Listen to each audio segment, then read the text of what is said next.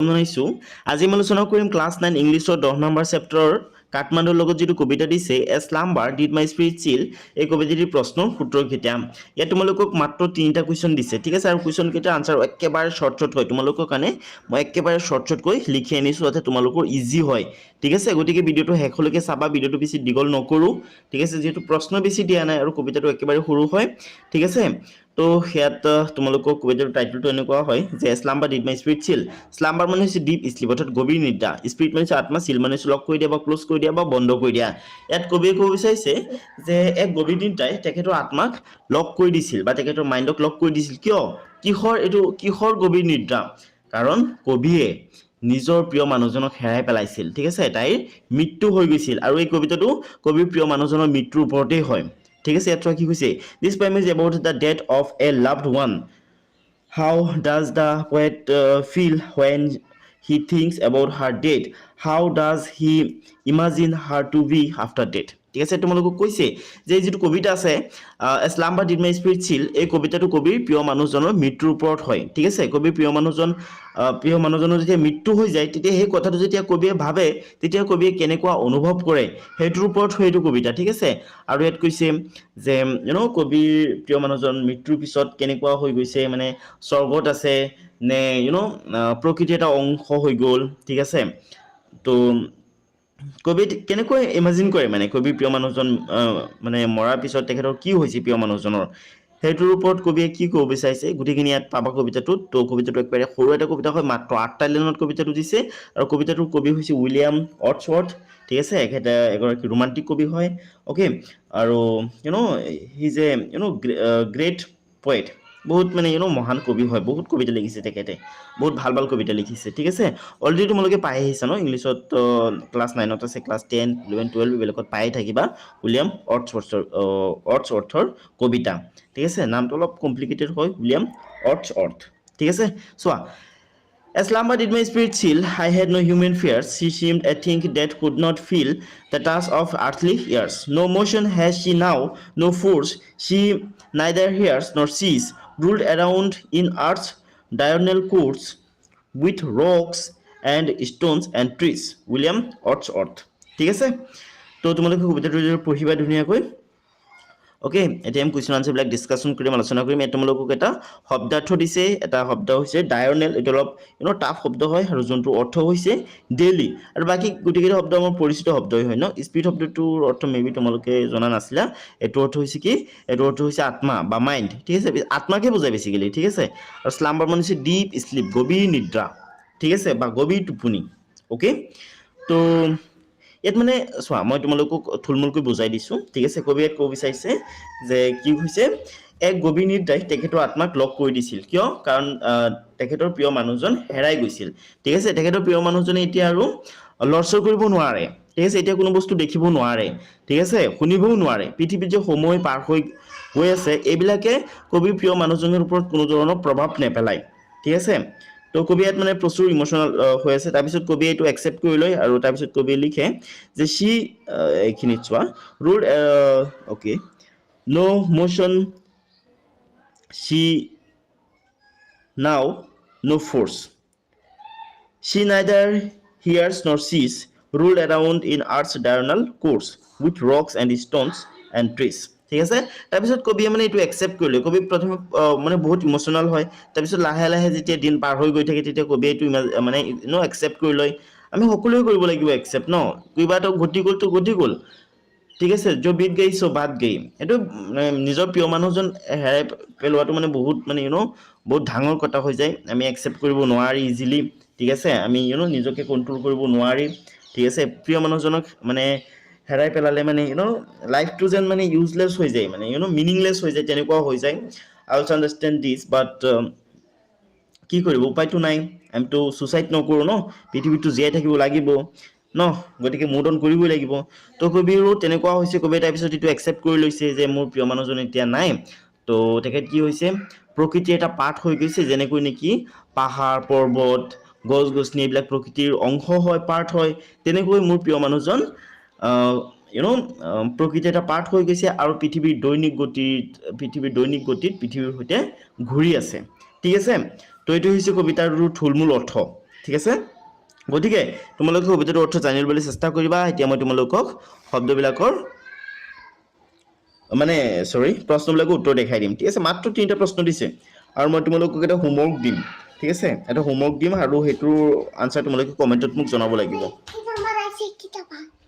ইয়াৰ পৰা গুচি যোৱাচোন মই ভিডিঅ' বনাই আছো যোৱা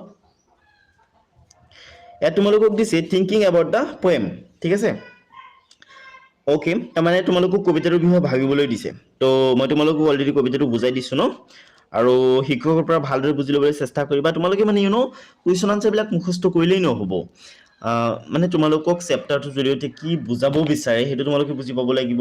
চেপ্টাৰটোৰ লাইন বাই লাইন মিনিং বুজি পাব লাগিব তেতিয়াহ'লে তোমালোকে মানে মানে লাইফত গ্ৰ' কৰিব পাৰিবা ঠিক আছে তো চোৱা A slumber did my spirit chill, says the poet. That is a deep sleep closed off his soul or mind. How does the poet react to his loved one's death?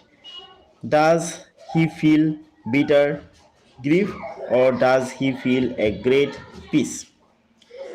At this a slumber did my spirit chill, says the poet. ঠিক আছে কবিয়ে কৈছে যে এক গভীৰ আত্মাই কবিৰ মনটোক লক কৰি দিছিল that is a deep sleep closed of his soul or mind ঠিক আছে এইখিনিও অৰ্থ তোমালোকক ইয়াত কৈছে যে ইয়াত যে কৈছে স্লাম্বাৰ তাৰমানে ডিপ স্লিপ ঠিক আছে ডিপ স্লিপে কবিৰ আত্মাক বা মনক মানে ক্লোজ কৰি দিছে বা বন্ধ কৰি দিছে how does the poet react to his loved one's death ঠিক আছে কবিৰ প্ৰিয় মানুহজনৰ মৃত্যুক লৈ কবিয়ে কেনেকুৱা ৰিয়েক্ট কৰিছে সেইটো তোমালোকক সুধিছে how he feel does he feel bitter grief or does he feel a great peace ঠিক আছে ইয়াত তোমালোকক সুধিছে যে কবিৰ প্ৰিয় মানুহজন মৰাৰ পিছত কবিয়ে কষ্ট ফিল কৰিছে নেকি কবি মানে দুখী হৈ গৈছিল নেকি নে কবিয়ে আনন্দ উপভোগ কৰিছে বা নে কবিৰ ভাল লাগিছে সেইটো সুধিছে ওকে ইয়াত তোমালোকক 3টা ষ্টেপত কুৱেশ্যনটো সুধিছে ঠিক আছে প্ৰথমটো কুৱেশ্যন হৈছে এইটো ইয়াত তোমালোকক কৈছে যে কবিৰ প্ৰিয় মানুহজন মৰাৰ পিছত কবিয়ে কেনেকুৱা ৰিয়েক্ট কৰিছে সেইটো ঘটনালৈ তাৰপিছত তোমালোকক সুধিছে যে কবিৰ প্ৰিয় মানুহজন মৰাত কবিৰ বেয়া লাগিছে নে ভাল লাগিছে ঠিক আছে ইয়াত সুধিছে বেয়া লাগিছে নেকি আৰু ইয়াত লাগিছে ভাল লাগিছে নেকি ঠিক আছে তো অবভিয়াছলি বেয়া লাগিছে যোনটোৰ কাৰণে কবি কবিতাটো লিখিছে এইটো এটা ইমোচনেল কবিতা হয় ন তো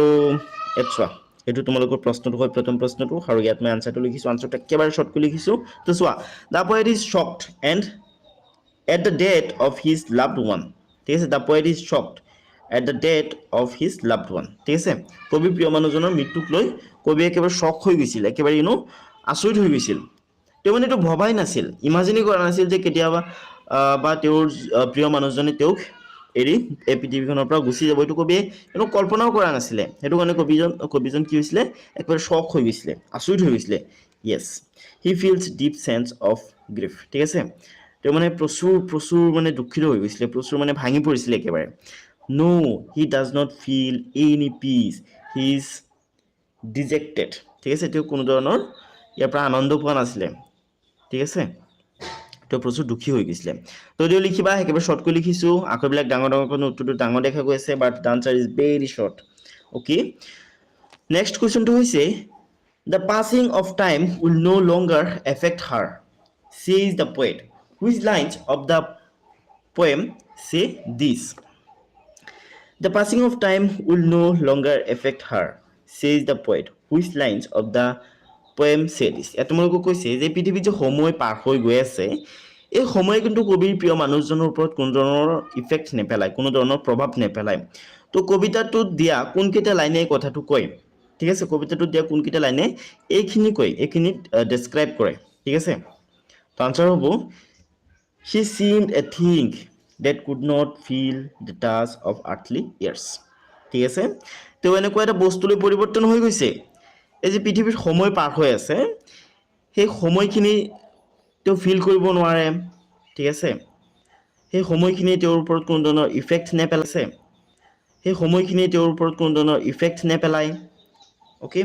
এইখিনি অৰ্থ এইটোৱেই হয় নেক্সট 3 নম্বৰ প্ৰশ্নটো হৈছে how does the poet imagine her to be after death? Does he think of her as a person living in a very happy state, a heaven, or does he see her now as a part of nature? In which lines of the poem do you find your answer? ঠিক আছে, একেবাৰে easy এটা question হয়, একেবাৰে easy এটা question হয়। ইয়াত তোমালোকক সুধিছে যে কবিৰ প্ৰিয় মানুহজনৰ মৃত্যু হোৱাৰ পিছত কবিয়ে সেই কবিৰ প্ৰিয় মানুহজন কেনেকুৱা অৱস্থাত আছে বুলি তেওঁ ইমাজিন কৰে। ঠিক আছে, তেওঁ কেনেকুৱা হোৱা বুলি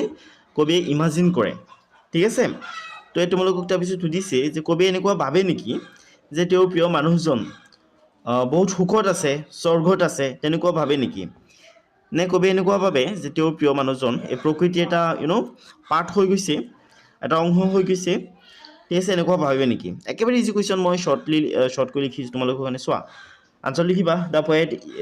ইমাজিনছ her to be an inseparable part of nature? No, he does not think of her as a person living in a very happy state. It is shown in the line ruled around in Earth's diurnal course with rocks and stones and trees. ঠিক আছে, কবিয়ে মানে এনেকুৱা কল্পনা কৰে যে তেওঁৰ প্ৰিয় মানুহজনৰ মৃত্যু হোৱাৰ পিছত তেওঁ